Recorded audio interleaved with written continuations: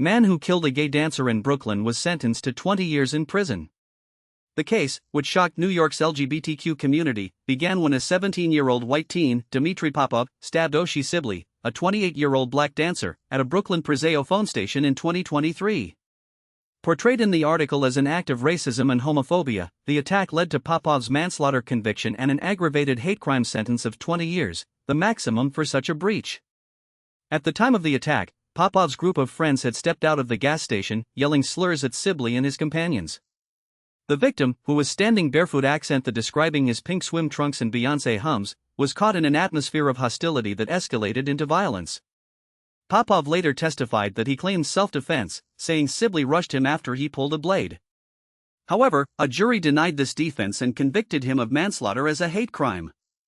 They acquitted him of second-degree murder in the second degree as a hate crime, but the manslaughter charge carried the full 5-year maximum. In a packed courtroom on Thursday, Popov reflected upon the impact of his actions. He said, "I never wanted to kill anybody," labeling the incident an unfortunate situation and insisting, "I would want everybody to know that this had nothing to do with race or with sexuality." Popov also extended an apology to the family and friends of Sibley, pleading for forgiveness and expressing a TNF. "I wish I could take it back," he said. Those affected by Sibley's death spoke at, describing the damage to their lives. Otis Pena, who was with the victim when he was killed, said he is plagued by night terrors and takes medication for depression and post-traumatic stress disorder.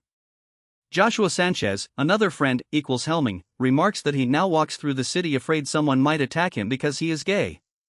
After Sibley and 4 friends returned from a beach in New Jersey, they spent an evening at a mobile station. The drug bubble was fractured by the hateful remarks that rushed in from Popov and his group of friends. During the hearing, Sanchez described what has changed for the circle that once moved freely across New York. "We didn't go to that gas station being hateful," he said. "We came with joy and happiness, and he ruined it because he wanted to."